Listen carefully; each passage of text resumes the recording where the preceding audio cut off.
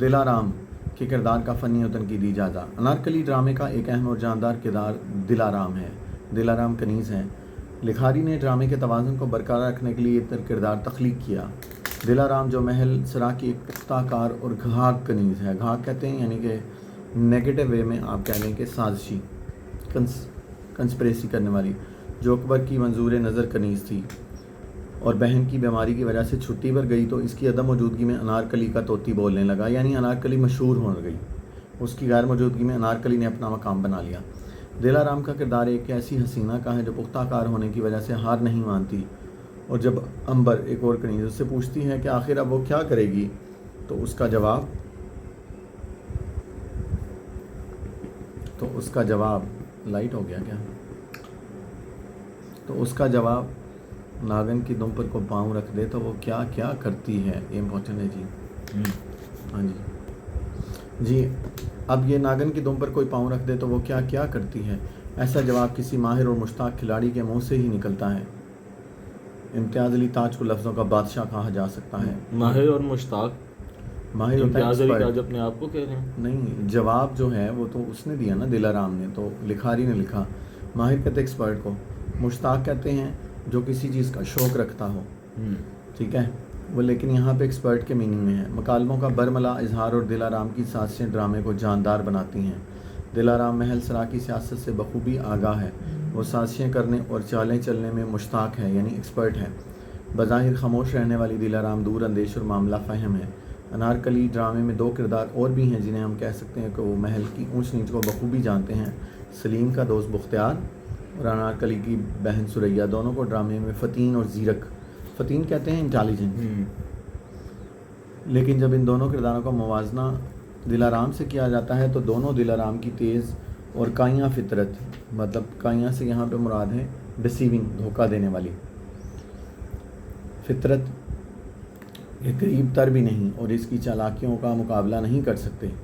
دلارام اپنی عیاری سے شہزادہ سلیم کو دھوکہ دیتی ہے، حتیٰ کہ اکبر اعظم جیسا تجربہ کار کی اس کے شیشے میں اتر جاتا ہے، ٹھیک ہے۔ وہ اکبر اعظم کی فطرت اور کمزوریوں سے کما حق واقفیت رکھتی ہے، مطلب کہ کنفرم، وہ سمجھتی ہے کہ بات کو کب اور کس طرح کیا جانا ہے۔ وہ موقع محل کی مناسبت سے وار کرتی ہے۔ اس کی ضرب اتنی کاری ہے، یعنی اتنی تیز ضرب ہے کہ ضرب لگتا ہے اسٹرائک، مطلب ویسے ہاتھ سے ضرب نہیں مارتی، ذہن سے۔ انارکلی دم بھی نہیں لے پاتی اور اس کے کردار وار کا نشانہ بن کر ہوش و خرد سے بیگانہ ہو جاتی ہے۔ انارکلی اور سلیم کے عشق کا جان کر خود سلیم سے اظہار عشق کرنا اور پھر جب سلیم سیخ پا ہوا تو یہ کہنا کہ میرا کوئی گواہ نہیں، اس کی ذہنی عیاری کا عکاس ہے۔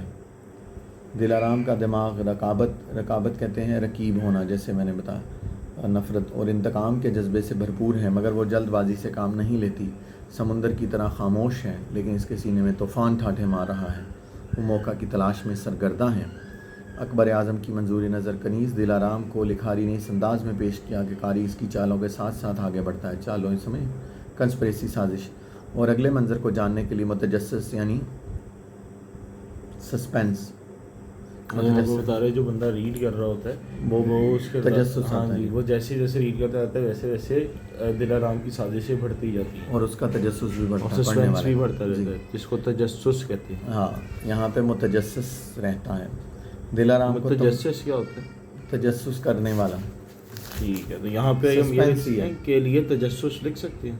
تجسس رہتا نہیں، اس لیے تجسس بڑھتا ہے، لیکن متجسس بھی ٹھیک ہے، تجسس بڑھتا ہے مطلب سسپینس انکریز، ٹھیک ہے، ڈیفینس ڈیکریز۔ جی، دلارام کو تمام کنیزوں کا سرغنہ کہا جائے تو بیجا نہ ہوگا۔ اسے محل میں سرغنہ سے کیا مراد؟ ہیڈ دیکھیں جی، یہ سرغنہ ہے، یہ سرغنہ، یہ کیا لکھا ہوا ہے سرغنہ؟ جی اچھا جی، اس سے محل میں ممتاز مقام یعنی امپورٹنٹ پوزیشن۔ تمام تر جشن کے انتظام اسی کے زیر ہدایت ہیں، جیسے جشن نوروز میں شہزادہ سلیم کا اعتماد حاصل کرنا، اکبر کو قابو میں رکھنا، انارکلی کو اپنے دام میں خوبصورتی سے پھنسایا صرف اور صرف دلارام کا ہی کام ہے۔ اس کا سازشی دماغ ہر لمحہ ہر گھڑی انارکلی کو شکست دینے کی ترکیبیں سوچتا ہے، اسٹریٹجیز. وہ اس عمر سے بخوبی واقف ہے کہ راز اپنے عزیز ترین دوست کو بھی نہیں دینا، جیسے امبر اور موارید اس کی عزیز ترین اور ہمراز سہیلیاں ہیں. اچھا، ان کو بھی اپنے راز نہیں بتاتی تھی؟ نہیں نا، وہ پھر آگے کسی کو بتا دیں تو یہ پھنس گئی. اتنی تیز؟ عزیز ترین دوست کو بھی نہیں بتا رہی. لیکن وہ بھی اس کے اصل سے راز سے واقف نہیں، اور انارکلی کو ارک پلوا کر خوش و خش سے بیگانہ کر دینا، ارک میں وہ جو ملا دیتا. اچھا، اگر ہم یہاں پہ تھوڑا ایکسپلین کر دیں کہ انارکلی جب کہتے ہیں دلارام کی غیر موجودگی میں اکبر اعظم کے سامنے اور سلیم کے سامنے اپنا ناچ گانا کر رہی ہوتی ہے، تو اس ناچ گانے کے دوران پیاس، جب اس کو پیاس لگتی ہے تو دلارام اس کو پانی کی جگہ مشروب پلا نشہ آور مشروب پلا دیتی ہے، جس سے، اور آگے یہ بات لکھ دیں، یہ لکھ سکتے ہیں؟ ٹھیک ہے، صحیح ہے، پلا دیتے. اور اس کے کان میں ہدایت دینا یقیناً گھاگ اور پختہ ذہن کا عکاس ہے. دلارام کو ہم ایک ماہر فنکار کہہ سکتے ہیں، ایسا فنکار جو باوقار بھی ہے اور خوبصورت بھی، جو ذہین بھی ہے اور فتین بھی، وہ چال باز ہے. فنکار مطلب ایکٹر. فنکار ویسے تو ایکٹر ہوتا ہے، لیکن یہاں پہ نیگیٹو میننگ میں آیا ہے کہ جیسے کسی کو کہتے ہیں کہ آپ بڑے فنکار ہو، بڑیاں فنکاریاں لگا رہے ہو. ٹھیک ہے، مطلب تھوڑا وہ سازش والا. تو جو اور خوبصورت بھی، جو ذہین بھی ہے اور فتین بھی، وہ چال باز ہے. چال باز یعنی چالیں چلنے والی. فتین کا یہ مطلب کہ ہر چیز کو پار کر جاتا. فتین کا مطلب ذہین ہے، انٹیلیجنٹ. ٹھیک ہے. وہ شطرنج کے گھاگ کھلاڑی کی طرح، گھاگ بھی ہوتا ہے یعنی کہ انٹیلیجنٹ، یعنی کہ ڈسیونگ وے میں. گھاگ کہتے ہیں کہ ایسا انٹیلیجنٹ جو دھوکہ دے. بساط کو الٹنے کا ماہر ہے. بساط یہ شطرنج کی بساط ہوتی ہے نا، جس پہ وہ چلتے ہیں سارے. بساط مطلب بورڈ.